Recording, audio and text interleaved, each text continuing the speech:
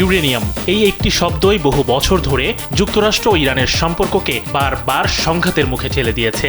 আলোচনা, চাপ, নিষেধাজ্ঞা সবকিছুর কেন্দ্রবিন্দুতে রয়েছে ইরানের পরমাণু কর্মসূচি এবং তার মূল উপাদান ইউরেনিয়াম। মধ্যপ্রাচ্যের উত্তেজনা যতই ওঠানামা করুক না কেন, আলোচনার টেবিলে ফিরলেই এই এক ইস্যুই বারবার সামনে চলে আসে।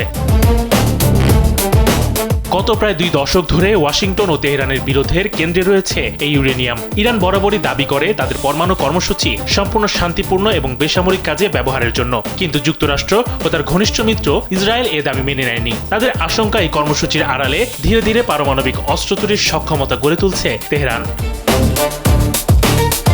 এই উদ্বেগকে আরো জোরালো করে জাতিসংঘের পরমাণু তদারকি সংস্থা IAEA। 2025 সালের জুনের সংস্থাটি জানায় ইরানের কাছে প্রায় 400 কেজি ইউরেনিয়াম রয়েছে, যার বিশুদ্ধতা 60%। বিশ্লেষকদের মতে এই মাত্রা 90% উন্নীত করা গেলে সহজেই তা পারমাণবিক অস্ত্র তৈরির উপযোগী হয়ে উঠবে। আর এই তথ্য প্রকাশের পর থেকেই ইরানের ইউরেনিয়াম নিয়ে আন্তর্জাতিক অঙ্গনে নতুন করে উত্তেজনা ছড়িয়ে পড়ে।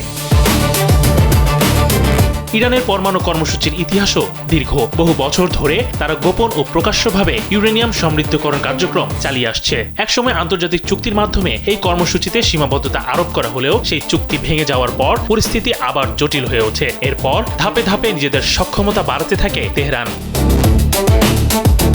তবে সবচেয়ে বড় রহস্য এখনো রয়ে গেছে এই ইউরেনিয়ামের অবস্থান নিয়ে।